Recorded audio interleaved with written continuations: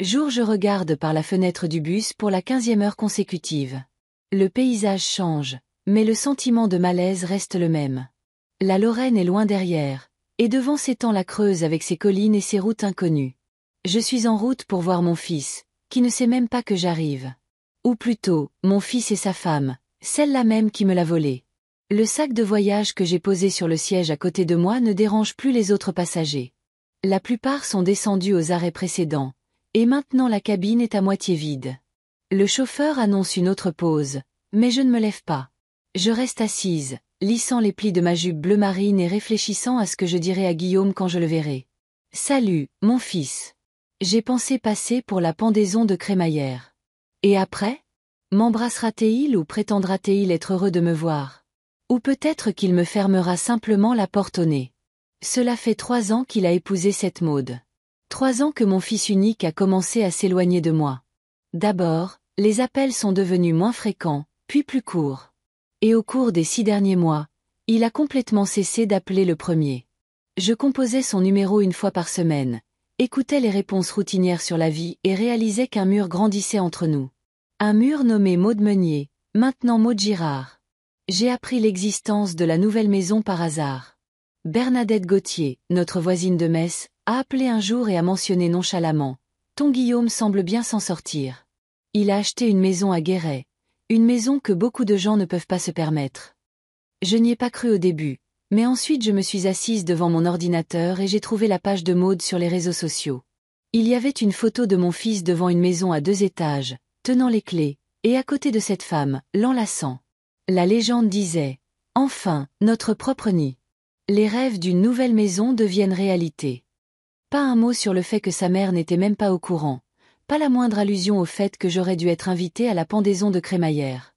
J'ai travaillé comme marchandiseuse aux Galeries Lafayette pendant 37 ans. Je supervisais les livraisons, vérifiais la qualité de la marchandise, maintenais l'entrepôt en ordre.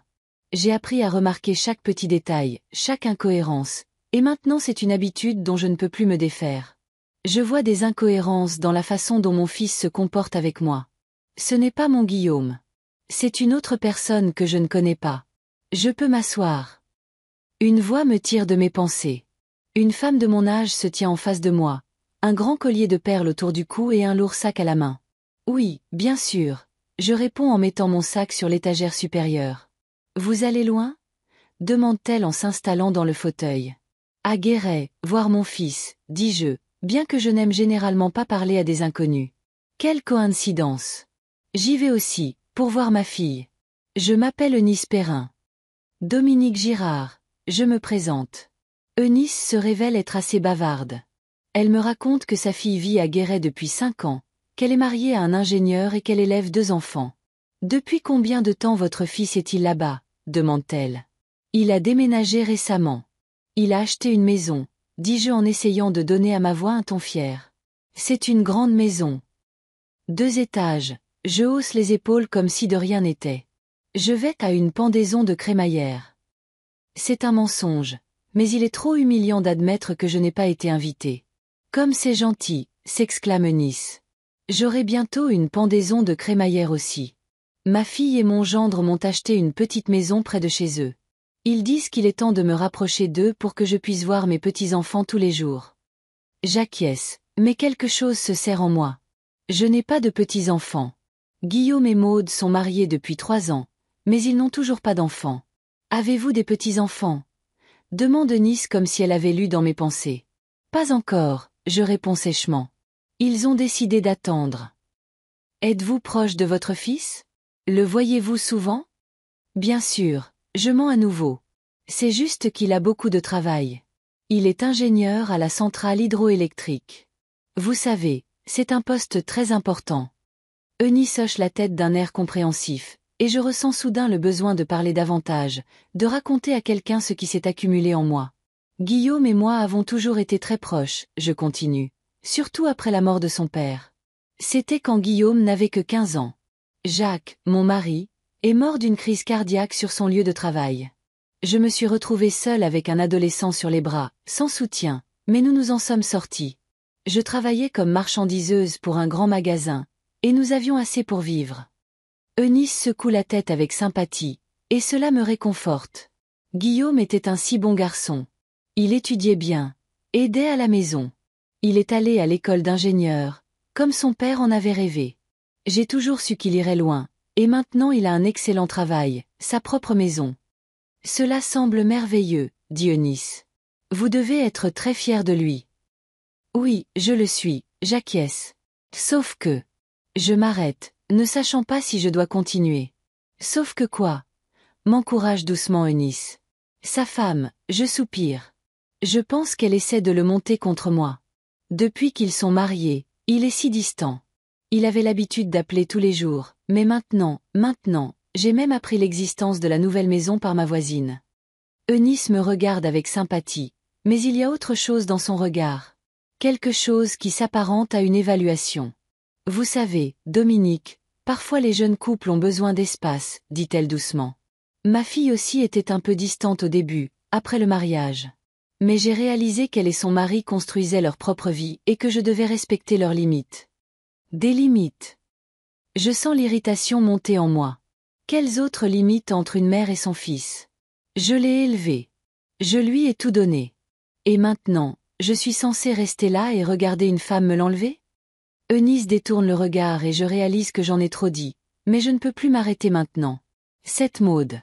Elle me regarde toujours comme si j'étais une nuisance. Quand je leur ai rendu visite pour Noël il y a 2 ans, elle m'a à peine parlé. Et puis je l'ai entendue se plaindre au téléphone à une amie que je restais 3 jours de plus que prévu, comme si je n'avais pas le droit de rester avec mon propre fils. Peut-être qu'elle avait des projets, suggère Eunice. Ou un travail. Elle est répartitrice pour les services d'urgence, j'interromps. Juste. Un travail posté ordinaire. Rien de spécial. Eunice reste silencieuse un moment, puis demande. Votre fils sait-il que vous venez? Je me tourne vers la fenêtre. Non, je veux lui faire la surprise. Oh, est tout ce que dit Eunice. Et dans ce bref son, j'entends tout. Le doute, la désapprobation, la pitié. Vous ne comprenez pas, dis-je d'une voix plus basse. Guillaume a toujours été heureux de me voir. Toujours, avant elle. Eunice hoche la tête, mais je vois bien qu'elle n'est pas de mon côté. Personne n'est de mon côté, pas même mon propre fils. Nous nous taisons. Eunice sort un livre et se plonge dans la lecture, et je regarde à nouveau par la fenêtre. Dehors, des champs, des petites villes, des forêts, de plus en plus loin de la maison qui a depuis longtemps cessé d'être un foyer. Depuis que Guillaume est parti faire ses études puis a déménagé dans une autre région, mon appartement à Metz est devenu juste un endroit où je dors et je mange. Mes pensées retournent à la façon dont Guillaume a changé depuis sa rencontre avec Maude. Ils se sont rencontrés lors d'un événement d'entreprise il y a 5 ans. Maude venait d'obtenir un poste au service d'urgence et Guillaume travaillait déjà à la centrale hydroélectrique. Quand il me l'a présentée, j'ai senti que quelque chose n'allait pas. Elle était trop indépendante, trop sûre d'elle, pas comme mon Guillaume, calme et docile. « Maman, voici Maude », avait-il dit alors. Et il y avait tant de fierté dans sa voix, comme s'il présentait une célébrité. Et elle se tenait à côté de lui, petite avec une coupe de cheveux courte et des yeux vert perçants, et elle me regardait d'un air évaluateur. « Enchantée, Madame Girard », avait-elle dit en me tendant la main. Pas « mère », pas « Dominique », mais « Madame Girard ». Dès le début, elle avait marqué la distance entre nous. Et puis Guillaume a commencé à changer. Il a commencé à donner son avis là où il était d'accord avec moi auparavant. Il a cessé de demander conseil avant chaque grande décision. Il a acheté une nouvelle voiture sans me consulter. Il a changé de travail. Et puis il a annoncé que lui et Maude allaient se marier. C'était un petit mariage. Guillaume voulait quelque chose d'intime, juste pour la famille.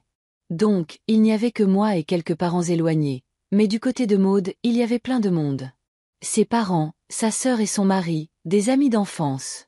Je me sentais comme une étrangère à la fête de mon propre fils. Et puis ils sont partis en voyage de noces, sont revenus et ont commencé à vivre leur propre vie dans laquelle il y avait de moins en moins de place pour moi. Excusez-moi, savez-vous quand nous serons à Guéret? Je demande à Eunice, rompant le long silence. Elle lève les yeux de son livre. Nous devrions arriver à 19h, mais le chauffeur a dit que nous étions un peu en retard à cause du trafic à Limoges. J'acquiesce et me détourne à nouveau de la fenêtre. Des nuages couvrent le ciel. Il semble qu'il va pleuvoir. Pas le meilleur temps pour les visites surprises. Votre fils viendra vous chercher à la gare routière. demande Eunice. Non, je prendrai un taxi, je réponds. Je veux que la surprise soit complète. Eunice hoche la tête, mais je vois à son visage qu'elle doute de mon idée. Je commence à en douter moi-même. Et si Guillaume n'était pas content? Et si Maud m'accueillait froidement? Et si j'avais fait tout ce chemin pour rien? Mais alors je me souviens du sourire de Guillaume sur cette photo devant la nouvelle maison, la maison dont il ne m'a jamais parlé. Et la détermination revient. Je dois voir comment vit mon fils. Je dois comprendre pourquoi il s'est éloigné de moi. Et si c'est à cause de sa femme, alors je trouverai un moyen de régler ça. Le bus ralentit et le chauffeur annonce le prochain arrêt. Eunice ferme son livre et se lève. J'ai besoin de me dégourdir les jambes et de manger quelque chose, dit-elle. Voulez-vous venir avec moi? Je secoue la tête. Je n'ai pas d'appétit et je suis fatiguée de parler. Eunice hausse les épaules et descend du bus. Je suis seule et je me replonge dans mes pensées. Je repense à l'époque où Guillaume était petit. Comme il a grandi, timide et silencieux. Comment les autres garçons le taquinaient parfois et comment je le protégeais. Comment il a pleuré à la mort de son père et comment je lui ai dit que maintenant nous devions nous serrer les coudes. Que maintenant nous étions une équipe. Et maintenant il a une nouvelle équipe. Lui et Maud. Et moi? Je ne suis qu'une vieille femme qui traverse le pays pour imposer sa présence là, où elle n'est peut-être pas la bienvenue. Quand Eunice revient, je fais semblant de somnoler. Je n'ai pas envie de continuer la conversation. Ces questions me font douter de moi, et en ce moment j'ai besoin d'être rassurée. Le reste du trajet se passe en silence. Eunice lit. Je regarde par la fenêtre et pense à la rencontre à venir. Dehors, il commence à pleuvoir. D'abord légèrement, puis de plus en plus fort. Les gouttes tambourinent sur la vitre, et le son est étrangement apaisant. Quand le bus arrive enfin à Guéret, il fait nuit. La pluie s'est intensifiée, et la ville ressemble à un flou de lumière derrière la vitre mouillée. Nous y voilà, dit Eunice en fermant son livre. Êtes-vous sûr que personne ne vous attend? Sûr, je réponds en sortant mon sac de l'étagère supérieure. Je vous ai dit que c'était une surprise. Eh bien, bonne chance alors, dit-elle sans grand enthousiasme. J'espère que votre fils sera content. Merci, j'acquiesce, bien que j'entende le doute dans ses paroles. Nous sortons à la gare routière sous une pluie battante. Eunice me dit au revoir rapidement et se hâte vers une femme avec un parapluie qui lui fait signe, apparemment sa fille. Je reste seule sous l'auvent, serrant la poignée de mon sac de voyage usé. La gare de Guéret est petite et inconfortable. Quelques bancs, un kiosque à journaux, un café qui semble être en train de fermer. Je m'approche de la station de taxi et donne l'adresse que j'ai trouvée sur Internet. Le chauffeur de taxi, un homme âgé avec une moustache grise, hoche la tête et prend mon sac. Nous traversons les rues mouillées d'une ville inconnue. La pluie martèle le toit de la voiture. Les essuie-glaces fonctionnent à plein régime.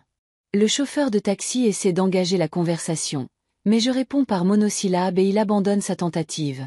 Je regarde les maisons qui défilent derrière la vitre et je pense, mon fils vit dans l'une d'elles. Il vit une vie où il n'y a pas de place pour moi.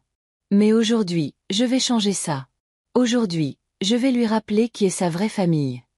Le taxi s'arrête devant une maison à 2 étages avec un petit jardin devant. Même à travers la pluie, on peut voir que la maison est neuve et bien entretenue. Mur blanc, toit sombre, grande fenêtre. Dans l'allée se trouve la voiture de Guillaume, la Peugeot argentée qu'il a achetée il y a 2 ans. Nous y voilà, madame, dit le chauffeur. Ça fera 23 €. Je paie, en ajoutant un modeste pourboire, et je sors sous la pluie. Le chauffeur pose mon sac sur le trottoir et s'en va, me laissant seule devant la maison de mon fils. Je reste sous la pluie battante, trempée jusqu'aux os, et je regarde les fenêtres illuminées. Une silhouette passe devant l'une d'elles, une silhouette féminine, clairement pas Guillaume. Maud est à la maison, ce qui signifie que ma belle-fille sera la première à savoir que sa belle-mère est là. Je prends une profonde inspiration, saisis mon sac et me dirige vers la porte. À chaque pas, ma détermination se renforce. Je suis la mère de Guillaume. J'ai tout à fait le droit d'être ici, de voir comment vit mon fils, de faire partie de sa vie. Je sonne à la porte et j'attends, sentant les gouttes de pluie couler dans mon col. Enfin. Sendebe. Maison de Guillaume Thémo. Soir je suis restée sous la pluie battante, appuyant sur la sonnette et serrant plus fort la poignée de mon sac trempé. J'avais trouvé l'adresse de la maison de Guéret la veille sur Internet, en scrutant la page des réseaux sociaux de Maud. La photo des clés de la nouvelle maison ne laissait aucun doute. Ils avaient emménagé sans me le dire. La sonnette retentit dans la maison avec un tri mélodieux. Je piétinais d'impatience, sentant l'eau couler le long de mon col. Finalement, la porte s'ouvrit. Maud se tenait sur le seuil, vêtue d'un pantalon d'intérieur et d'un t-shirt ample. Son visage passa de l'agacement au choc en me voyant. « Dominique !» Elle cligna plusieurs fois des yeux. « Qu'est-ce que vous faites ici ?»« Bonjour, Maud. » J'essayai de sourire. « J'ai décidé de vous rendre visite dans votre nouvelle maison. » Surprise. Maud me dévisagea comme si j'avais annoncé la fin du monde. Je remarquai que sa main se crispait sur la poignée de la porte. « Guillaume sait que vous êtes là ?» demanda-t-elle, sans faire aucune tentative pour m'inviter à entrer, même si j'étais debout sous la pluie battante. « Non, je voulais lui faire la surprise, » répétai-je. « Je peux entrer ? Il fait un peu humide ici. » C'était le moins qu'on puisse dire. Ma blouse était trempée et collait à mon corps, et l'eau dégoulinait de mes cheveux. Maud recula à contre-cœur, me laissant entrer dans le couloir, mais son visage resta méfiant. « Guillaume n'est pas à la maison, » dit-elle sèchement. « Il rentrera plus tard. » Je regardai autour de moi. Le couloir était spacieux avec un haut plafond et un sol en marbre. À droite de l'entrée se trouvait un large escalier menant au 2e étage, et à gauche une arche qui semblait mener au salon. Tout avait l'air cher et de bon goût, beaucoup plus cher que ce à quoi je m'attendais. D'où ont-ils tiré l'argent pour un tel endroit ?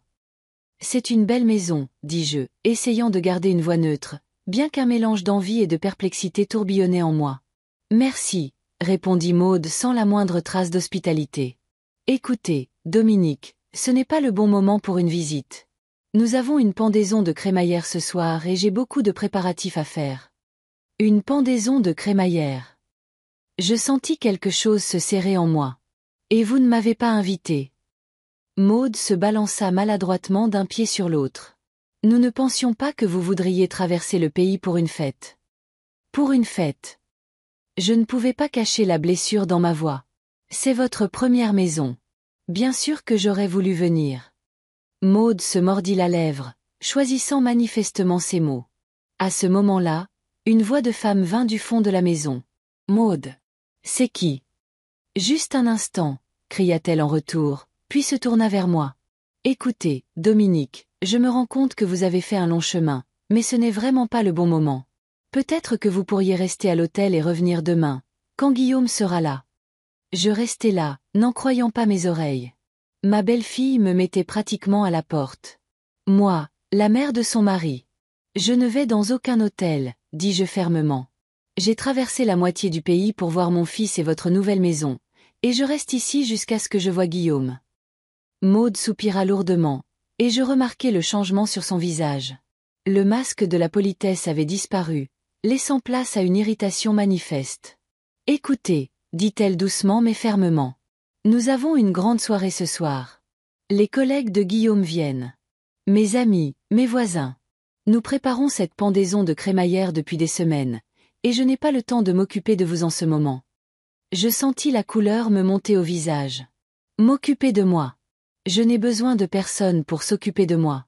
Je veux juste voir mon fils. Guillaume ne sera pas là avant ce soir, le coupa Maud. Il est au travail. Ensuite, il va chercher le gâteau et le champagne. J'ai beaucoup à faire. Elle fit un signe de tête vers le salon d'où provenaient les voix. Ma sœur est là, elle m'aide avec les décorations, et la nourriture arrivera bientôt. Je n'ai vraiment pas le temps pour vous. Soudain, une jeune femme, une copie de Maud mais avec des cheveux plus longs, sortit du salon. De toute évidence, sa sœur. « Qu'est-ce qui se passe ?» demanda-t-elle, déplaçant son regard de Maud à moi. « Lara, voici Dominique, ma belle-mère, » me présenta Maud comme si elle disait « C'est un rat pestiféré. » Elle a décidé de passer à l'improviste. Maintenant. Lara me jeta un regard désagréable, s'attardant sur mes vêtements mouillés et mes cheveux en désordre. « Oh, bonjour, » dit-elle sans enthousiasme. « Ce n'est pas le meilleur moment pour une visite, n'est-ce pas ? Nous sommes un peu occupés ici. » J'eus l'impression d'avoir reçu un coup de pied au cul. 2 jeunes femmes se tenaient devant moi, me montrant que je n'étais pas la bienvenue. « Je suis la mère de Guillaume, » dis-je, me redressant malgré ma petite taille. « Et j'ai tout à fait le droit d'être ici. » Maud jeta un coup d'œil à sa sœur, Et quelque chose comme de la colère brilla dans ses yeux. En fait, non, dit-elle froidement. C'est la maison de Guillaume et moi, et nous décidons qui peut venir et quand, surtout sans prévenir. J'ouvris la bouche pour protester, mais Maud continua. Sortez d'ici, vieille femme. Ses yeux se plissèrent. Vous n'êtes pas la bienvenue. Nous ne vous avons pas appelé. Vous comprenez? Ni Guillaume ni moi ne voulons de vous ici. Ces paroles me frappèrent comme une gifle. Je reculai, la fixant avec incrédulité. Vous ne pouvez pas me parler comme ça, murmurai-je. Je suis la mère de Guillaume. Et je suis sa femme, me coupa Maud. Et il m'a choisi, moi, plutôt que vous. Faites-vous une raison. À ce moment, la sonnette retentit. Maud ouvrit la porte sans me quitter des yeux. 2 hommes en uniforme de traiteur se tenaient sur le seuil. Livraison pour Madame Girard, dit l'un d'eux. Oui, entrez. Maud montra la cuisine. Ma sœur va vous aider. Les hommes entrèrent, transportant de grands récipients de nourriture. L'un d'eux me regarda curieusement mais ne dit rien. Lorsque la porte se referma derrière eux, Maud se tourna vers moi avec un regard déterminé. Ça suffit, Dominique.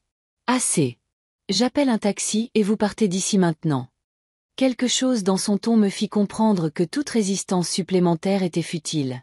Je pouvais faire une scène. Je pouvais crier et exiger. Mais au final, cela ne ferait que nuire à ma relation avec Guillaume. S'il en restait quelque chose. D'accord, dis-je, en essayant de garder ma dignité. Je partirai, mais dites à Guillaume que je suis venu le voir. Maud hocha la tête, sortant son téléphone portable. Je le ferai. Attendez sur le porche, s'il vous plaît. Le taxi sera là dans 5 minutes. Sur le porche? Sous la pluie? Je n'en croyais pas mes oreilles. Maud soupira. Il y a un auvent là-bas, et je dois retourner à mes préparatifs. Je pris silencieusement mon sac et sortis sur le porche. La pluie s'était un peu calmée, mais il brunait encore. Je me tins sous l'auvent, me sentant comme un chien errant qu'on avait mis à la porte. À travers la fenêtre, je pouvais voir Maud de retour dans le salon où sa sœur arrangeait des bougies et des vases de fleurs. Elle parlait de quelque chose avec animation. Et je ne doutais pas que j'étais le sujet de la conversation. Le taxi arriva rapidement. Le chauffeur jeta indifféremment mon sac dans le coffre et demanda « On va où ?»« À l'hôtel le plus proche, » dis-je, n'ayant aucune idée des hôtels qu'il y avait à Guéret. « Le Novotel, ça irait ?» C'est à environ 15 minutes d'ici. J'acquiesçai et montai dans la voiture, jetant un dernier regard à la maison de mon fils, une maison où je n'avais pas ma place. Le Novotel s'avéra être un hôtel décent avec des chambres sans âme. Je louai une chambre pour 2 nuits, ne sachant pas combien de temps je finirais par rester dans cette ville. Une fois dans la chambre, je pris une douche chaude, lavant la fatigue du long voyage et l'humiliation de la rencontre avec Maud. Puis je me changeai en vêtements secs et m'assis sur le lit, regardant par la fenêtre la soirée pluvieuse. Et maintenant? Appeler Guillaume? Qu'est-ce que j'allais dire? Salut mon fils. Je suis venu sans y être invité et ta femme m'a mise à la porte. Cela ne ferait qu'empirer les choses. Je reposai le téléphone et allai à la fenêtre. La pluie tombait toujours, se déversant dans les rues de Guéret. Quelque part là dehors, dans une belle maison neuve, mon fils et sa femme se préparaient pour une fête. Une fête à laquelle je n'étais pas invité. Mais je n'allais pas abandonner si facilement. Je n'avais pas traversé le pays pour m'asseoir dans une chambre d'hôtel sans âme à m'apitoyer sur mon sort. J'étais venu voir mon fils, et je le verrais, avec ou sans le consentement de Maud. Un plan commença à se former dans ma tête. Si la fête commence à 20h, les invités arriveront vers 20h. Dans l'agitation, personne ne remarquerait une personne de plus, surtout si j'entrais l'air confiant. J'ouvris ma valise et commençai à passer en revue mes affaires. La robe bleu foncé que j'avais prise au cas où avait l'air assez habillée pour un tel événement. Un peu de maquillage, une petite coiffure. Et personne ne reconnaîtrait dans cette dame élégante la femme trempée que Maud avait poussée dehors. Je savais que ce que je faisais était mal. Je savais que je ne faisais qu'empirer les choses. Mais quelque chose en moi, un mélange de ressentiment, de colère et d'un désir désespéré de faire partie de la vie de mon fils, me poussait en avant. À 19h, j'étais complètement prête. La robe bleue ne me seyait plus aussi bien qu'avant. J'avais pris un peu de poids au cours de l'année écoulée, mais dans l'ensemble, j'avais l'air assez décente. Mes cheveux étaient coiffés. Mon maquillage cachait les signes de fatigue, et j'avais un sourire déterminé sur les lèvres. Je hélai un taxi et donnai l'adresse de la maison de Guillaume. Mon cœur battait la chamade d'excitation et de peur, mais je ne me laisserais pas changer d'avis. Je devais voir mon fils. Je devais comprendre ce qui se passait dans sa vie. Le taxi s'arrêta à un pâté de maison de la maison. J'avais demandé au chauffeur de le faire, ne voulant pas que Maude me voie accidentellement par la fenêtre. Après avoir payé la course, je marchais tranquillement dans la rue, en faisant attention de ne pas marcher dans les flaques avec mes seules chaussures décentes. En m'approchant, je vis que plusieurs voitures étaient déjà garées dans l'allée et le long du trottoir. Les invités commençaient à affluer. Des fenêtres ouvertes de la maison s'échappaient de la musique et le son des voix. Je m'arrêtai à l'ombre d'un arbre pour observer. La porte d'entrée s'ouvrait et se fermait, laissant entrer des gens élégamment vêtus. Maude les accueillait avec un sourire, acceptant des fleurs et des bouteilles de vin. À côté d'elle se tenait un grand homme en chemise de couleur claire. Guillaume, mon fils. Même de loin, je pouvais voir à quel point il avait changé. Il avait plus d'assurance, un sourire plus large. Il avait l'air heureux, sans moi. Cette pensée me piqua au cœur. Mais je la repoussai. Bien sûr qu'il est heureux. Il a une nouvelle maison, un bon travail, une belle femme. Mais sa mère ne devrait-elle pas partager cette joie? Je remarquai que Maude scrutait chaque personne qui entrait. Elle était clairement sur le qui-vive. Peut-être avait-elle prévenu Guillaume de mon arrivée, et maintenant ils s'attendaient tous les deux à ce que je me présente à la fête. Il devait y avoir un autre moyen d'entrer. Je fis le tour de la maison, en restant à l'ombre des arbres. Le jardin arrière était éclairé par des guirlandes, et il y avait des tables avec des boissons et des amuse-gueules. Plusieurs invités s'y étaient déjà installés avec des verres à la main. La porte coulissante en verre, menant probablement de la cuisine à la cour, était entr'ouverte. Des personnes en uniforme blanc de traiteur allaient et venaient, apportant des plateaux de nourriture. C'était ma chance. J'attendis qu'il n'y ait plus personne dans la cour et me dirigeai avec assurance vers la porte coulissante. En me glissant à l'intérieur, je me retrouvai dans la cuisine spacieuse, qui était en pleine effervescence. Personne ne me prêta attention, juste une autre dame élégamment vêtue parmi des dizaines d'autres. Je traversai rapidement la cuisine pour entrer dans le couloir, et de là dans le salon. La grande pièce était remplie de monde. Certains se tenaient en groupe, parlant et riant. D'autres regardaient la maison, et d'autres encore s'agglutinaient autour de la table des boissons. Je pris un verre de vin sur le plateau d'un serveur qui passait et en pris une gorgée pour me donner du courage. Maintenant, je devais trouver Guillaume, mais sans que Maude ne me remarque en premier. Un homme d'âge mûr me fit un signe de tête avec un sourire. « Bonsoir, dit-il. Vous devez être une des collègues de Guillaume. Je suis Nicolas Perrin, un voisin. » « Dominique Girard, répondis-je en lui tendant la main. « Oui, une parente. » Ce n'était pas un mensonge. Techniquement, je suis bien lié au propriétaire de la maison. « Oh, comme c'est intéressant !» s'anima Nicolas. « Du côté de Guillaume ou de Maude ?»« Du côté de Guillaume, souris-je. »« Depuis combien de temps connaissez-vous les jeunes ?»« Quelques mois, depuis qu'ils ont acheté la maison. De superbes voisins, calmes, polis. » J'acquiesçai, feignant l'intérêt, mais mes yeux cherchaient Guillaume. Finalement, je le repérai à l'autre bout de la pièce. Il parlait à un homme plus âgé qui avait l'air très important dans son costume coûteux. En chemin, j'entendis un bout de conversation entre deux femmes. On dit qu'ils ont contracté un énorme prêt immobilier, dit l'une, une femme blonde et corpulente dans une robe rouge vif. Même avec le salaire de Guillaume, c'est de la folie. Maude a dit qu'ils avaient des économies, objecta l'autre, une brune maigre. Quelque chose à propos d'un héritage d'une tante. Maude. Quelle tante? Ses parents vivent dans un parc de mobil-homes à Brive-la-Gaillarde. Alors, quel héritage? Cette conversation m'intéressa.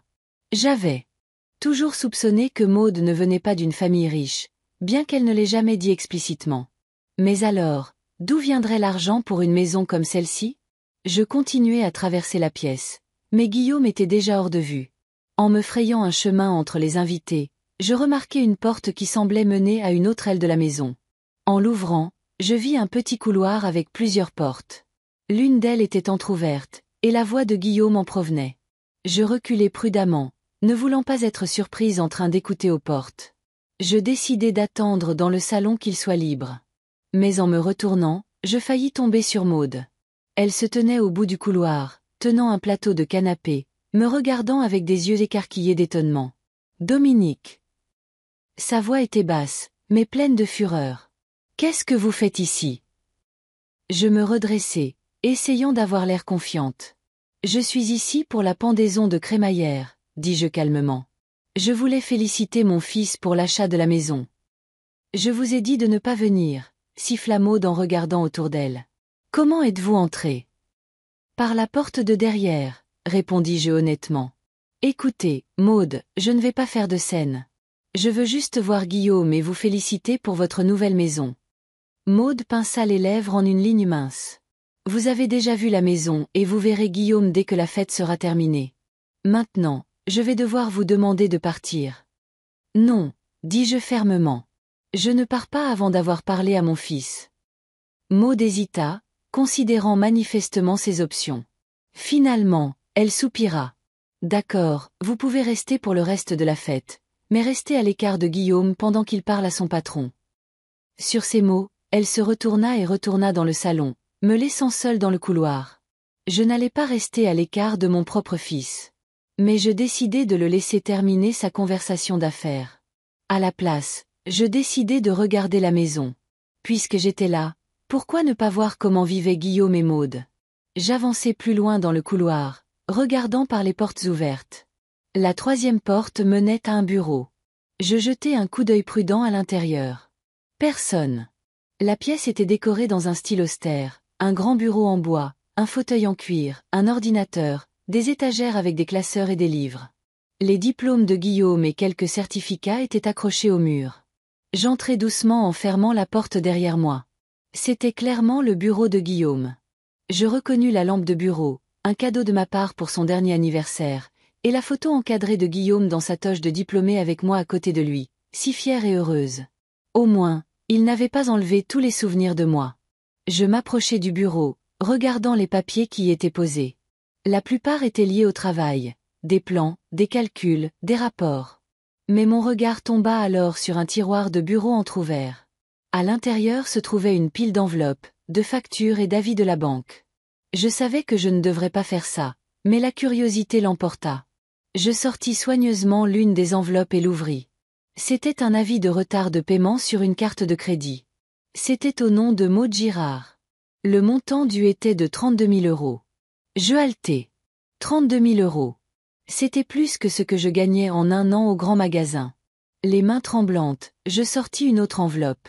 Un avis d'une autre banque concernant un retard de paiement sur un prêt. 27 000 de plus. La troisième enveloppe contenait une lettre d'une agence de recouvrement exigeant le remboursement de 45 000 €. Je n'en croyais pas mes yeux. Maud devait plus de 100 000 € aux banques et aux organismes de crédit.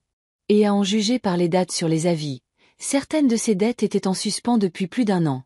Est-ce que Guillaume le savait? À en juger par le fait que les lettres étaient cachées dans le tiroir de son bureau plutôt que de traîner ouvertement. Probablement pas. Maud devait lui avoir caché ses dettes. Je continuai mes recherches et trouvai bientôt un autre dossier. Il contenait les relevés bancaires de Maud. En les parcourant, je remarquai des retraits d'espèces importants et réguliers et des virements vers des comptes identifiés uniquement par des numéros.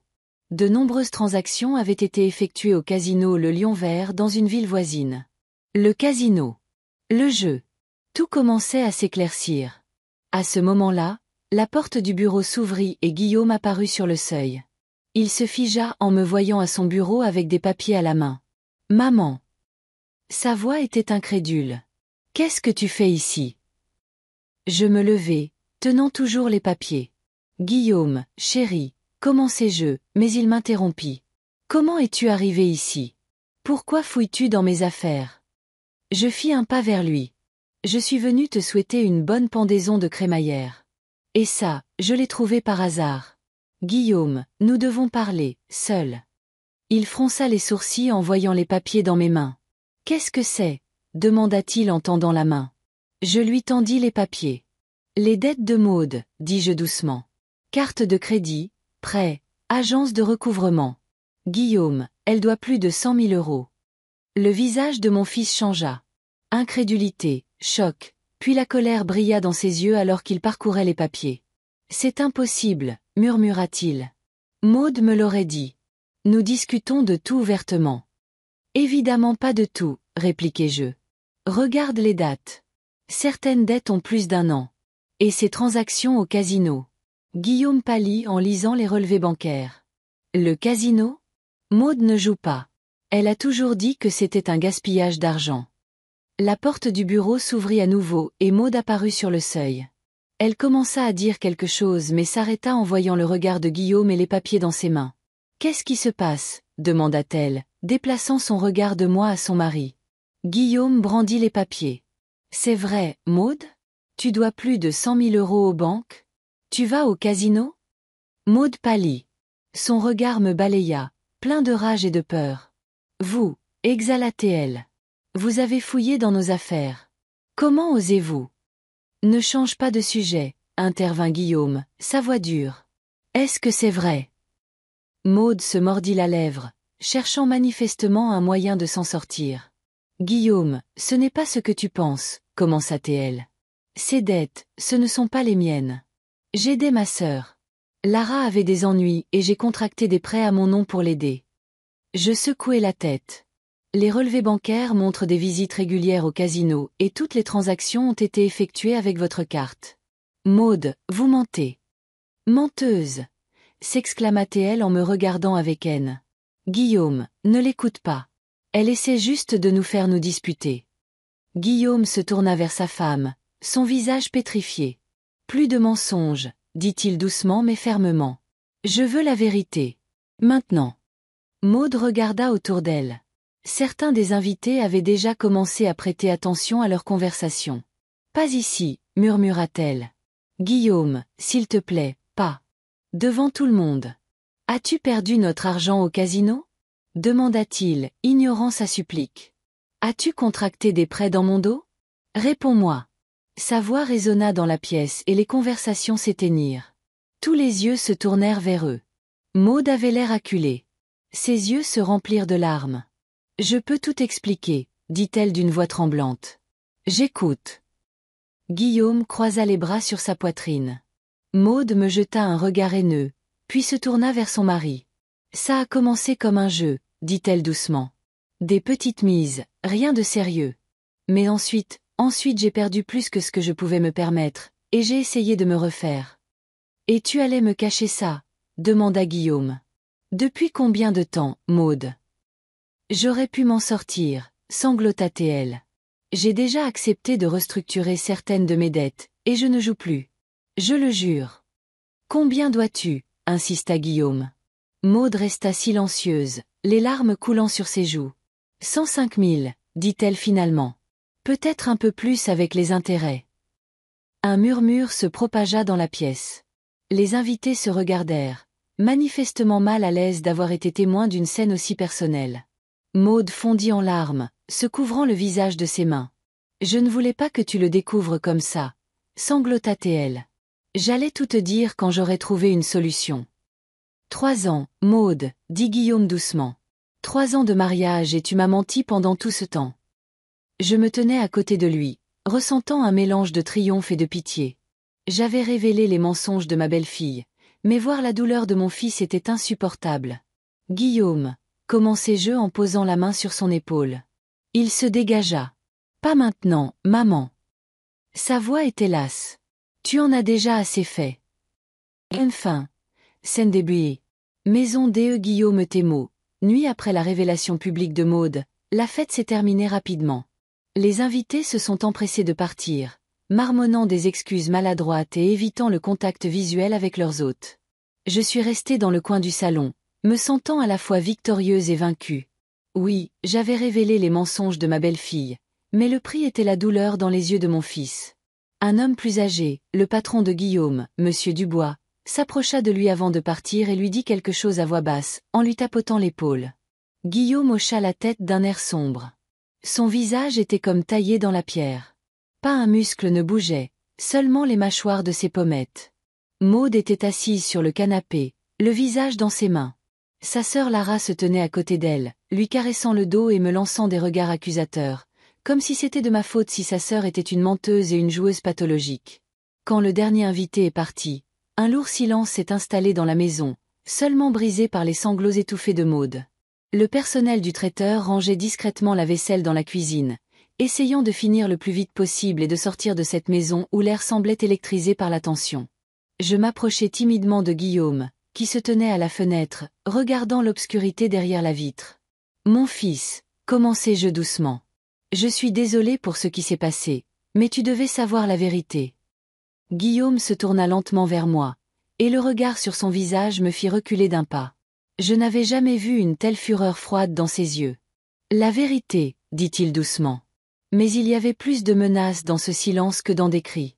Était-ce la vérité qui t'intéressait, mère, ou la possibilité de ruiner mon mariage?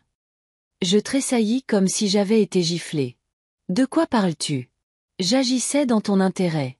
Cette femme t'a trompé pendant des années, détournant secrètement votre argent dans les casinos, accumulant des dettes. Et tu penses que la meilleure façon de me le faire savoir était de faire un scandale public lors d'une fête où mon patron était présent? Guillaume secoua la tête. Te rends-tu compte que tu aurais pu me coûter ma carrière? J'étais confuse. Je n'y avais pas vraiment pensé. Si, tu voulais. Non, je ne voulais pas. Il m'interrompit. Tu es venu sans y être invité. Tu t'es faufilé dans une fête. On t'a demandé de partir. Tu as fouillé dans mes papiers personnels et ensuite tu as fait une scène devant tous mes collègues et voisins. Il passa la main dans ses cheveux. Mon Dieu! Maman, qu'est-ce que tu essayais de faire? Je voulais te protéger, m'exclamai-je. C'est une menteuse, Guillaume. Elle t'a manipulé, a caché ses dettes, a peut-être même utilisé ton argent pour les payer. C'est le problème de Maud et moi, dit fermement Guillaume. Pas le tien. Nous nous en occuperons nous-mêmes. Mais elle. Assez. Il éleva la voix et je tressaillis. Guillaume ne m'avait jamais crié dessus auparavant. Oui, Maud m'a menti. Elle a de sérieux problèmes que nous allons devoir régler. Mais toi? Il pointa son doigt vers moi. Tu as fait tout ce que tu pouvais pour empirer les choses. Pas par souci pour moi, mais pour prouver que tu avais raison sur elle depuis le début. Ces paroles me firent mal, car il y avait une part de vérité. Je n'avais jamais vraiment approuvé son choix.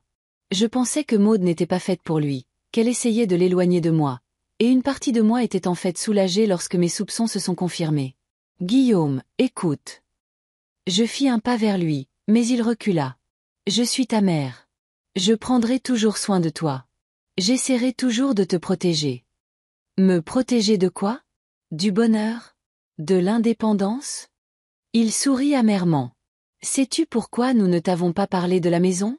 Parce que nous savions que tu trouverais un moyen de gâcher notre joie avec tes doutes, tes sages conseils, ta désapprobation. Il secoua la tête. Et tu n'as pas déçu. Je restai abasourdi par ces paroles. Est-ce vraiment ce que mon fils pense de moi? Suis-je vraiment une si terrible mère? Tu n'es pas juste, dis-je doucement. J'ai toujours voulu ce qu'il y a de mieux pour toi. Non, maman, dit Guillaume avec lassitude. Tu voulais que je sois le garçon que j'étais après la mort de mon père. Dépendant de toi, obéissant, ayant besoin de ton approbation. Mais j'ai grandi. J'ai ma propre vie, mes propres décisions et mes propres erreurs que je dois réparer moi-même. C'est alors que Lara s'approcha de nous. Guillaume, dit-elle doucement. Je pense que je ferais mieux de partir. Maud a besoin de se reposer. Il hocha la tête. Oui, bien sûr. Merci d'avoir été avec elle. Lara me jeta un regard froid et se dirigea vers la sortie. Un instant plus tard, la porte d'entrée claqua. Nous n'étions plus que trois, Guillaume, moi et Maud, qui était toujours assise sur le canapé, indifférente. Son visage était bouffi par les pleurs. Son mascara avait coulé, donnant l'impression de cernes sombres sous ses yeux. Guillaume s'approcha d'elle et s'assit à côté d'elle. Il ne la serra pas dans ses bras, ne lui prit pas la main, s'assit simplement à côté d'elle. « Nous devons parler, dit-il doucement, de tout. Sans secret. » Maud hocha la tête sans lever les yeux. « Je sais, » murmura-t-elle. « Je te dirai tout. Tout. » Guillaume se tourna vers moi. « Maman, tu ferais mieux de partir. » Je me figeai, incapable de croire mes oreilles. « Partir? Mais où? Il est presque minuit. Je ne suis pas d'ici. Tu loges au Novotel, me rappela-t-il. Maud m'a dit qu'elle t'avait appelé un taxi pour conduire cet après-midi. Mais Guillaume. Je sentis la panique monter en moi. Nous devons en discuter ensemble. Je peux aider. Non, me coupa-t-il. C'est entre Maud et moi. Attends. Il se leva. Je vais t'appeler un taxi. Mais mon fils, s'il te plaît. Maman, dit-il, une note de lassitude dans la voix. Ne complique pas davantage les choses. Je le fixai, sentant mon monde s'effondrer. Mon fils, mon garçon, celui que j'avais élevé seul après la mort de mon mari, choisissait cette menteuse plutôt que moi. Même maintenant, alors que sa tromperie était révélée, il prenait toujours son parti. D'accord, dis-je finalement, en essayant de garder ma dignité. Je m'en vais, mais nous devons parler demain. Calmement, comme des adultes. Guillaume hocha la tête, mais sans grand enthousiasme. Je t'appellerai demain, dit-il, en composant déjà le numéro du taxi sur son téléphone. Je restai dans le couloir à le regarder prendre des dispositions pour une voiture. Maud n'est jamais sortie pour me dire au revoir, mais je pouvais entendre ses sanglots étouffés depuis le salon. Une partie de moi voulait célébrer. Elle avait eu ce qu'elle méritait pour ses mensonges. Mais l'autre partie se sentait étrangement vide. J'avais espéré que la révélation de Maud me rapprocherait de mon fils, le ramènerait à moi. Au lieu de cela, elle semblait n'avoir fait qu'élargir le fossé entre nous. Le taxi arriva rapidement. Guillaume m'accompagna jusqu'à la porte. « Bonne nuit, maman, dit-il formellement, comme s'il disait bonne nuit à quelqu'un qu'il ne connaissait pas. « Bonne nuit, mon fils, dis-je en essayant de croiser son regard. Je t'aime quoi qu'il arrive. » Il hocha la tête mais ne répondit rien. Il ferma juste la porte dès que je mis le pied sur le porche. Je montai dans le taxi le cœur lourd. Tout le long du retour à l'hôtel, je regardais par la fenêtre, mais je ne pouvais pas voir la ville nocturne derrière la vitre. Le visage de Guillaume était devant moi, froid, aliéné, aliénant. Quand je retournai dans ma chambre au Novotel, je me déshabillai machinalement, pris une douche et allai me coucher. Mais le sommeil ne venait pas. Je repassais les événements de la soirée dans ma tête, essayant de comprendre où je m'étais trompé. Peut-être que je n'aurais vraiment pas dû rendre cela public. Peut-être que j'aurais dû d'abord parler à Guillaume seul, lui montrer les documents sans témoin. Mais s'il ne m'avait pas cru? Et si Maud avait eu le temps de le prévenir, de déformer les faits, de me faire passer pour une menteuse? Non, j'ai bien fait. Guillaume devait savoir la vérité. Et maintenant que le choc initial est passé, il réalisera que j'ai agi par amour pour lui. Il réalisera que sa mère sera toujours de son côté, contrairement à la femme qui l'a trompé pendant des années. Avec cette pensée, je tombai finalement dans un sommeil agité. Le matin m'accueillit avec un mal de tête et une sensation de désorientation.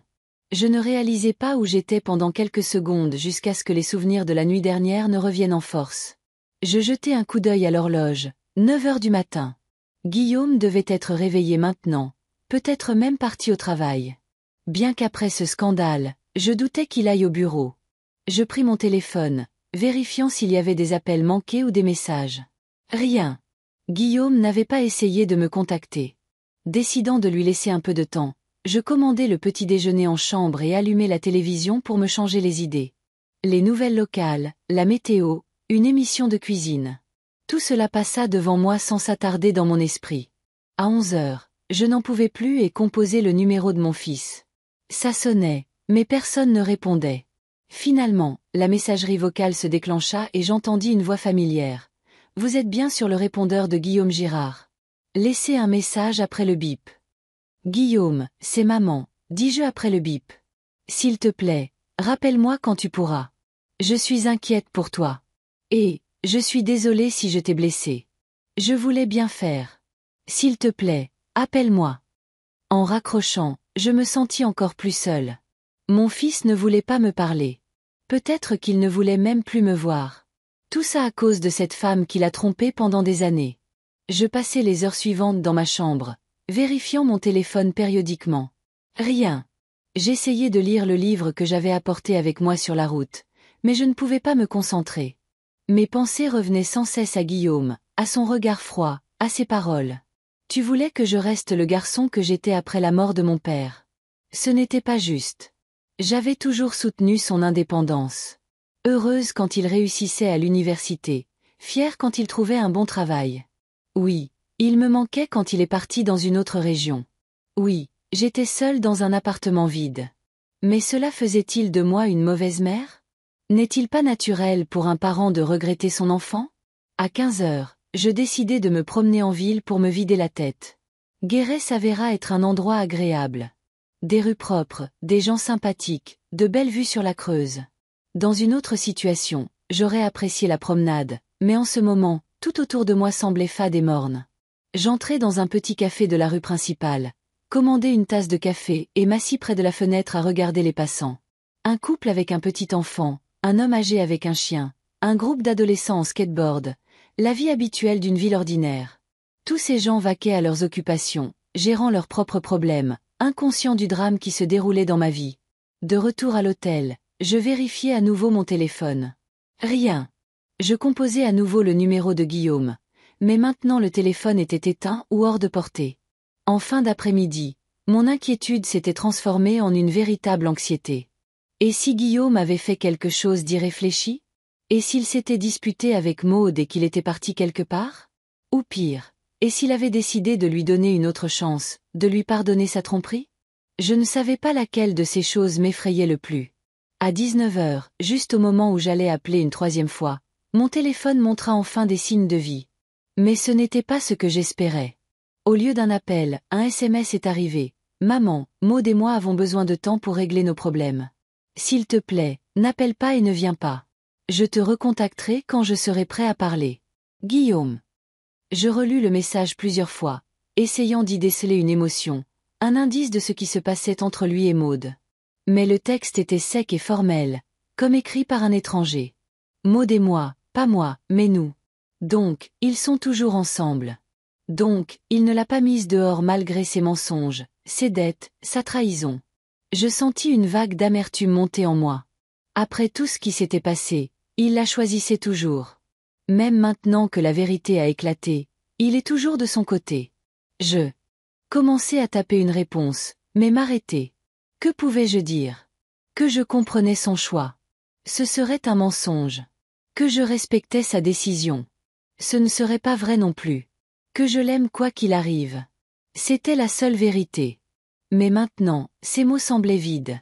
J'ai fini par écrire simplement. D'accord, j'attendrai ton appel. En envoyant le message, je me sentis étrangement vide. C'était comme si quelque chose d'important avait disparu de ma vie, ne laissant derrière lui que le vide.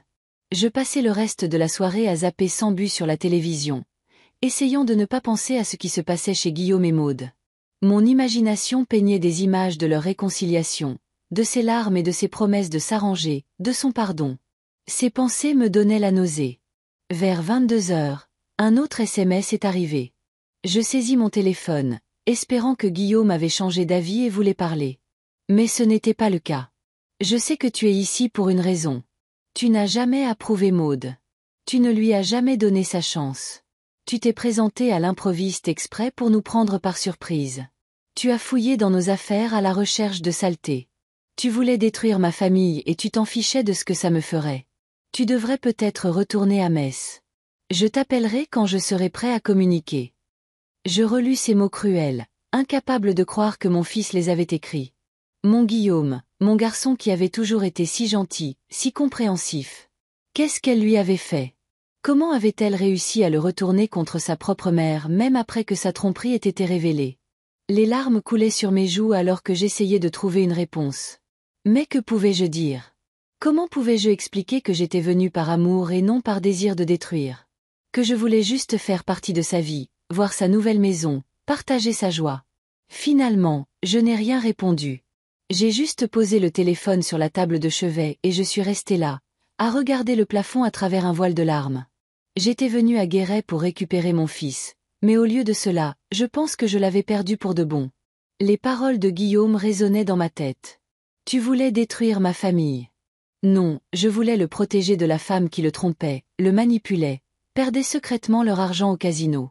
Cela faisait-il de moi une mauvaise mère? Était-ce mal? Mais quelque part au fond de moi, un ver de doute commença à me ronger. Peut-être que Guillaume avait raison. Peut-être que je n'avais vraiment jamais donné sa chance à Maud. Peut-être que je cherchais inconsciemment des moyens de prouver qu'elle n'était pas faite pour lui. Non, ce n'est pas vrai. Je voulais juste ce qu'il y a de mieux pour lui. Je voulais qu'il soit heureux. Je voulais le protéger de la douleur. Mais n'étais-je pas celle qui lui causait cette douleur? Avec ses pensées angoissantes, Je passai une nuit blanche. Le matin n'apporta aucun soulagement ni aucune clarté. Guillaume n'a plus écrit ni appelé. Je me sentais rejeté de sa vie, indésirable, superflu. Peut-être qu'il avait raison. Peut-être que je devrais vraiment retourner à Metz, attendre que sa colère s'apaise, qu'il réalise que j'agissais par amour, non par méchanceté. Je commençai à faire mes valises, déterminé à prendre un billet pour le premier bus. Mais mon cœur se serra à l'idée de partir sans avoir fait la paix avec mon fils, sans m'être assuré qu'il allait bien. Peut-être que j'aurais dû essayer à nouveau. Aller chez lui parler calmement, lui expliquer mes motivations. Mais son message était sans équivoque. N'appelle pas et ne viens pas. Et la dernière chose que je voulais faire était de le repousser encore plus avec mon insistance. Je m'assis sur le lit, me sentant complètement perdu. Que devais-je faire? Rester à Guéret comme il l'avait demandé, ou rester et me battre pour notre relation? Enfin, Saint-Débué. Maison de Guillaume Thémault. Matin je me suis réveillé avec une détermination que je n'avais pas ressentie depuis la veille. Après une nuit blanche passée à réfléchir aux paroles de Guillaume, j'ai réalisé que je ne pouvais pas partir sans essayer de réparer les choses. Oui, j'avais commis une erreur en dénonçant publiquement Maude, mais mes intentions étaient sincères. Je voulais protéger mon fils de la tromperie. Après avoir pris une douche et m'être habillé avec la tenue la plus décente que j'avais avec moi, une robe bleu marine et un cardigan, je suis descendu dans le hall de l'hôtel et j'ai demandé au réceptionniste de m'appeler un taxi. « Où allez-vous, madame ?» demanda le chauffeur lorsque je suis monté dans la voiture. Je lui ai donné l'adresse de la maison de Guillaume et Maude, en essayant de paraître sûr de moi. Mais à l'intérieur, je tremblais de peur. Et si Guillaume refusait de m'écouter? Et s'il me fermait simplement la porte au nez comme Maude l'avait fait le premier jour?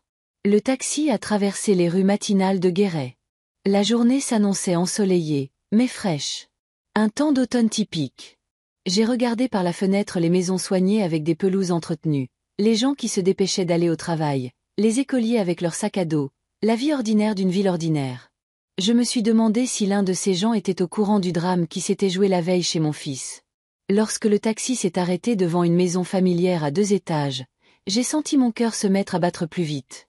J'ai payé le chauffeur et je suis sorti, en essayant de ne pas regarder les maisons voisines au cas où l'un des invités de la nuit dernière me verrait et commencerait à chuchoter.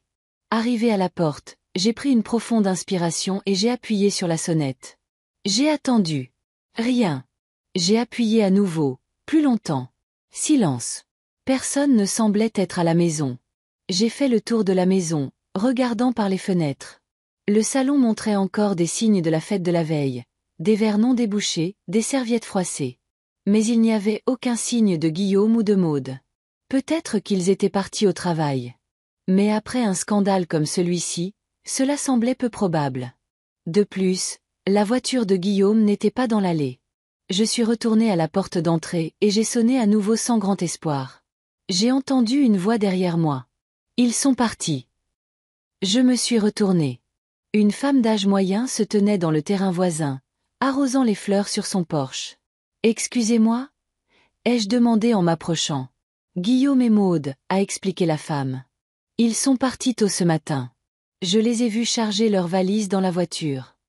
J'ai senti quelque chose se briser en moi. Ils sont partis? Où? Et pourquoi ne m'as-tu rien dit? Vous ne savez pas où ils allaient? Ai-je demandé, en essayant de garder ma voix calme. La femme haussa les épaules. Non, mais Guillaume a mentionné qu'ils avaient besoin de temps pour régler leurs problèmes. J'ai hoché la tête, ne sachant que répondre. De toute évidence, cette femme avait été à la fête de la veille et était au courant du scandale. Peut-être qu'elle savait même qui j'étais. Vous êtes la mère de Guillaume, n'est-ce pas? Demanda-t-elle, confirmant mes soupçons. Je suis Fiona Perrin, la femme de Nicolas. Nous sommes voisins. Oui, je suis Dominique. Girard. Je lui ai tendu la main, qu'elle a serrée après un moment d'hésitation. Enchantée de vous rencontrer. De même, dit Fiona, bien qu'il soit clair d'après son ton qu'elle n'était pas sincère. À propos d'hier soir. Je sais que ça avait l'air terrible, dis-je précipitamment. Et je suis vraiment désolée de ce qui s'est passé. Je voulais juste protéger mon fils. Fiona me regarda avec une expression que je ne pouvais pas tout à fait déchiffrer, un mélange de pitié et de désapprobation. Vous savez, Madame Girard, dit-elle enfin, parfois, la meilleure défense est de donner à vos enfants le droit de faire leurs propres erreurs. Ces paroles m'ont blessée, me rappelant ce que Guillaume avait dit. Est-ce que tout le monde pensait vraiment que j'étais une mère ennuyeuse et contrôlante qui ne pouvait pas lâcher son fils adulte? Je voulais juste qu'il sache la vérité, dis-je doucement. Maud le trompait. Elle a de sérieuses dettes, des problèmes de jeu. Je sais, acquiesça Fiona. Tout le monde a entendu hier. Eh oui, c'est grave. Mais, elle s'arrêta comme si elle cherchait ses mots. Mais ce sont leurs problèmes, ils doivent les régler ensemble, en couple. Ensemble. Je ne pouvais pas cacher l'amertume dans ma voix. Après une telle trahison. Fiona soupira. Écoutez, je ne connais pas tous les détails et ce ne sont pas mes affaires. Mais je les ai vus partir ce matin, ensemble, main dans la main. Et si Guillaume a décidé de donner une autre chance à son mariage, n'est-ce pas son choix? Je suis restée silencieuse, essayant de donner un sens à ce qu'elle disait. Guillaume et Maud étaient partis ensemble, pas séparément. Malgré ses mensonges, ses dettes, sa dépendance. Mon fils a choisi de rester avec sa femme, de travailler sur leurs problèmes ensemble. Il ne m'a jamais dit un mot de son départ. Merci pour l'information, ai-je finalement dit. Savez-vous quand il prévoyait de revenir? Non. Fiona secoua la tête. Mais Guillaume a mentionné quelque chose à propos d'un hôtel au bord du lac. On aurait dit qu'ils avaient décidé de prendre de petites vacances pour pouvoir parler tranquillement. Un hôtel au bord du lac. Peut-être le lac de Vassivière ou le lac de Saint-Pardoux, des lieux de vacances populaires dans la région. Je pourrais essayer de les trouver, de parler à Guillaume seul. Mais quelque chose dans l'expression de Fiona m'a arrêté. Elle me regardait avec une désapprobation évidente, comme si elle lisait dans mes pensées. « Écoutez, Madame Girard, dit-elle doucement mais fermement. Je comprends que vous vous inquiétiez pour votre fils, mais peut-être qu'il a besoin d'espace en ce moment. Du temps pour s'occuper de sa femme sans interférence extérieure. » Ces paroles étaient comme une gifle, bien que prononcées avec une apparente sollicitude. Une interférence extérieure. C'est ce que je suis devenue dans la vie de mon fils. Une intrusion malvenue. Oui, vous avez probablement raison, dis-je, en essayant de maintenir ma dignité. S'il vous plaît, dites-leur que je suis passée si vous les voyez avant moi. Bien sûr. Fiona hocha la tête, clairement soulagée que je n'allais pas faire de scène ou lui demander plus d'informations. Je me suis retournée et j'ai marché dans la rue, ne sachant pas où j'allais. J'avais juste besoin de bouger, de faire quelque chose, pour ne pas penser au fait que mon fils était parti sans me dire un mot. Qu'il avait choisi d'être avec sa femme menteuse plutôt qu'avec sa mère qui essayait de le protéger. J'ai erré dans les rues de Guéret sans but précis jusqu'à ce que je me retrouve dans un petit parc au bord de la Creuse. Là, je me suis assise sur un banc et j'ai regardé l'eau, essayant de rassembler mes pensées.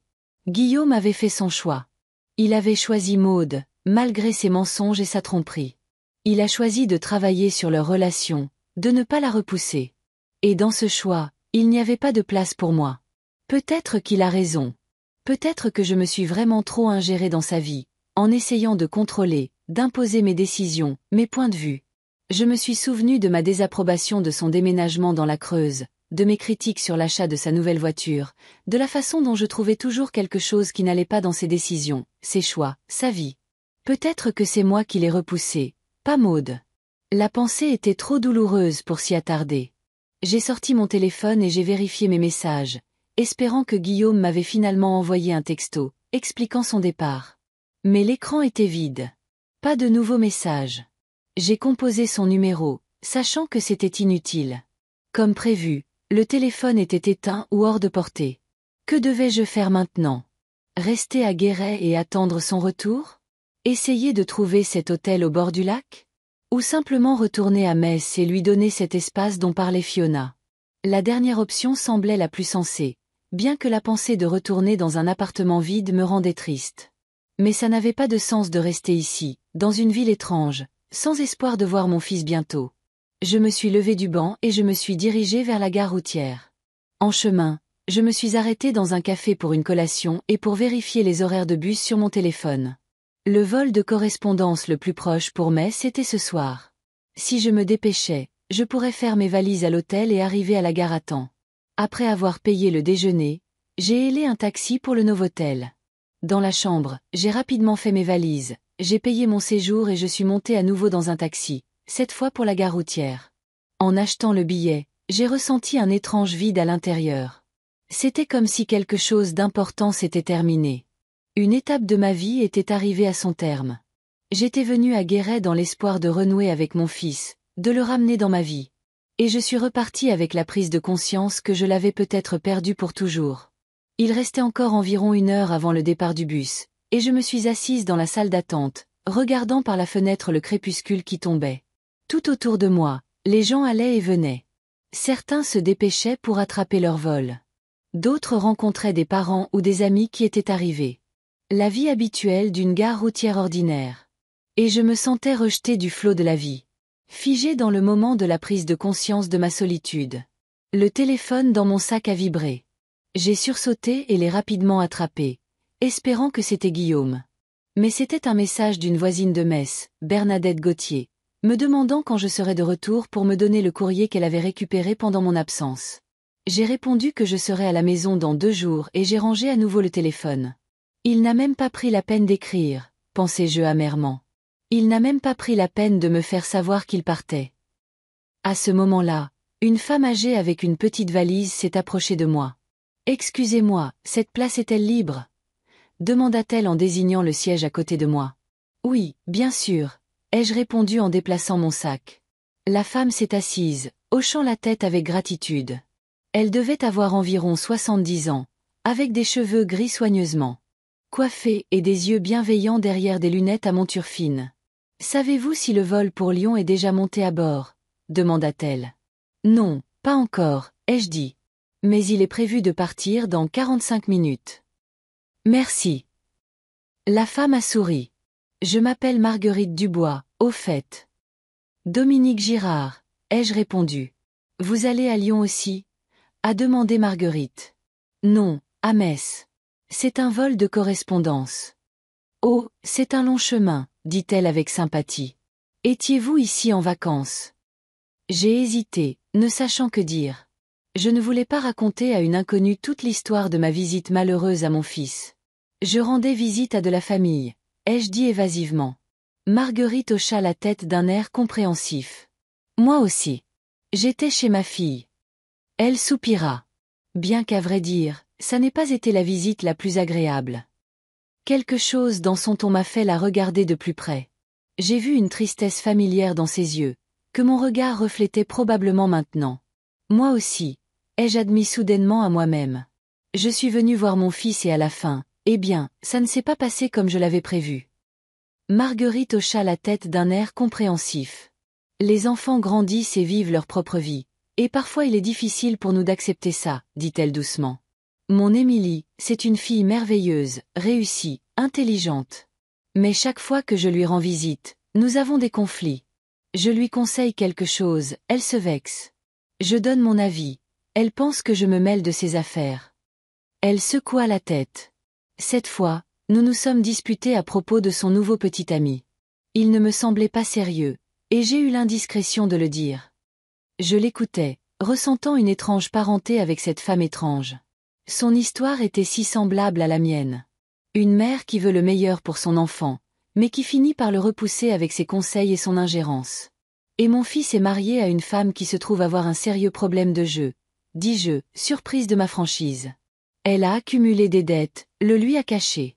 Je l'ai découvert par hasard, et je le lui ai dit publiquement lors d'une fête où tous leurs amis et collègues étaient présents.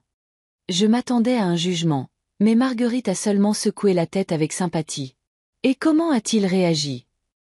En colère contre elle pour avoir menti, mais encore plus contre moi pour avoir fait une scène et ruiné leur fête. Je soupirai. Et puis ce matin, ils sont partis ensemble sans me dire un mot. Apparemment, il a décidé de lui donner une autre chance. Et vous n'approuvez pas cette décision? Ce n'était pas une question, mais une affirmation. Je haussai les épaules. Je ne comprends tout simplement pas comment on peut pardonner une telle tromperie, une telle trahison. Marguerite regarda pensivement au loin.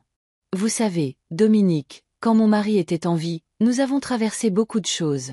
Il y a eu des infidélités. Il y a eu des problèmes financiers. Il y a eu des disputes si graves que les voisins ont appelé la police. Elle sourit faiblement.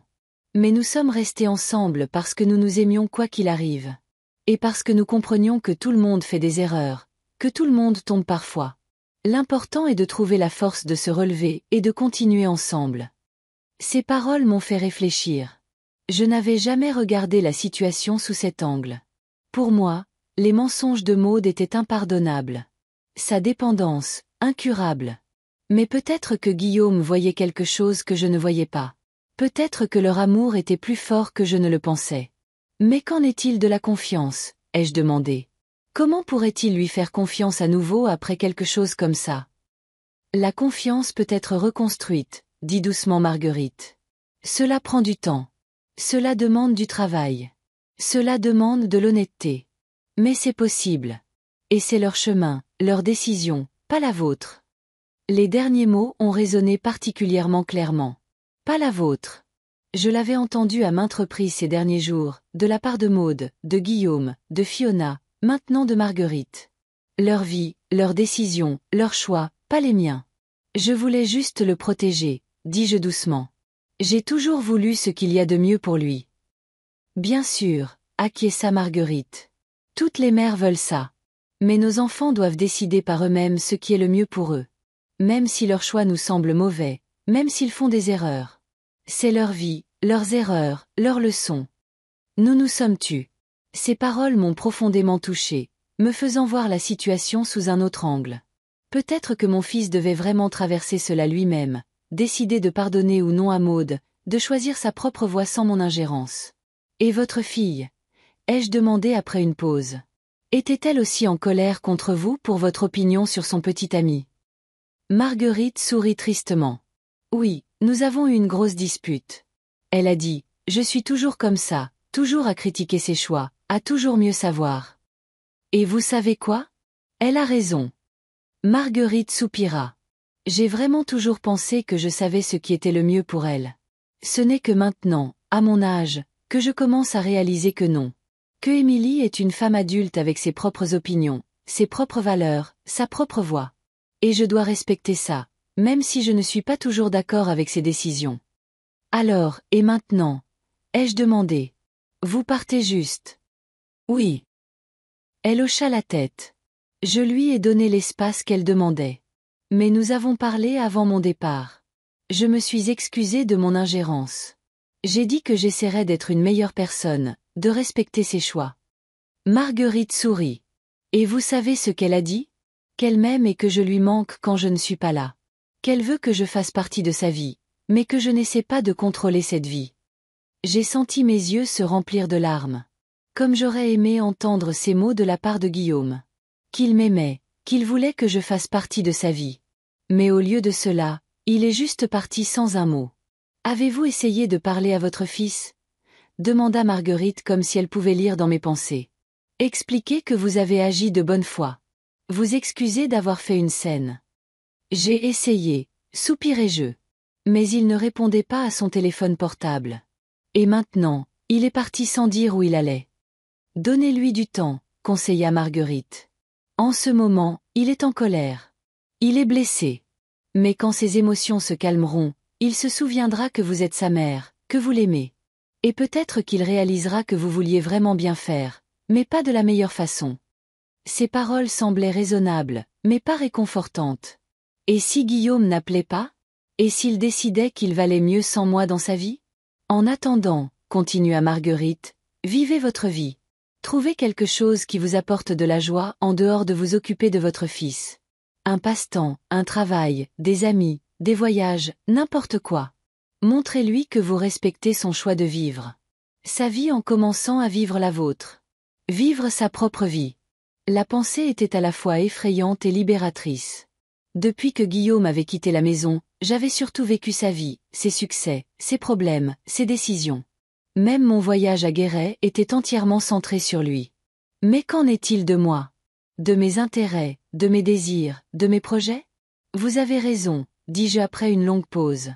Je dois apprendre à vivre pour moi, pas seulement pour mon fils. Marguerite sourit. Ce n'est pas facile, surtout quand on a mis ses enfants au premier plan toute sa vie. Mais c'est possible. Et vous savez, ça aide même votre relation avec vos enfants. Quand ils vous voient heureuse, vous occupant de vos propres affaires, n'essayant pas de contrôler leur vie, ils commencent à vous voir différemment. Comme une personne, pas seulement comme une mère. À ce moment-là, le haut-parleur annonça l'appel à l'embarquement pour le vol vers Lyon. Marguerite se leva, ramassant sa valise. « C'est mon bus, dit-elle. C'était agréable de vous parler, Dominique. Et, bonne chance à vous avec votre fils. Et avec votre nouvelle vie. » Merci, dis-je sincèrement. Vous m'avez été d'une grande aide, plus que vous ne le pensez. Marguerite sourit en guise d'adieu et se dirigea vers le quai. Et je suis restée assise, plongée dans mes nouvelles pensées. Vivre ma vie, trouver quelque chose qui m'apporte de la joie, ne pas essayer de contrôler la vie de Guillaume. Cela sonnait comme un défi, et peut-être une solution. Quand ils ont annoncé l'embarquement pour mon bus, je me suis levée, j'ai attrapé mon sac et je me suis dirigée vers la sortie avec une détermination renouvelée. Je ne savais pas si je pourrais jamais réparer ma relation avec mon fils. Je ne savais pas s'il me pardonnerait mon ingérence, pour avoir exposé publiquement Maude. Je ne savais pas s'il voudrait un jour me réintégrer dans sa vie. Mais je savais une chose. Je ne vivrais plus seulement sa vie. Je trouverais ma propre voie, mes propres intérêts, mon propre bonheur. Et peut-être qu'un jour, Guillaume verrait que j'avais changé, que je respectais ses choix, ses décisions, que je pouvais être non seulement une mère contrôlante, mais une personne compréhensive et solidaire dans sa vie. Et en attendant, j'avais un long trajet de retour à la maison, et beaucoup de temps pour réfléchir à ce que je voulais que ma vie soit.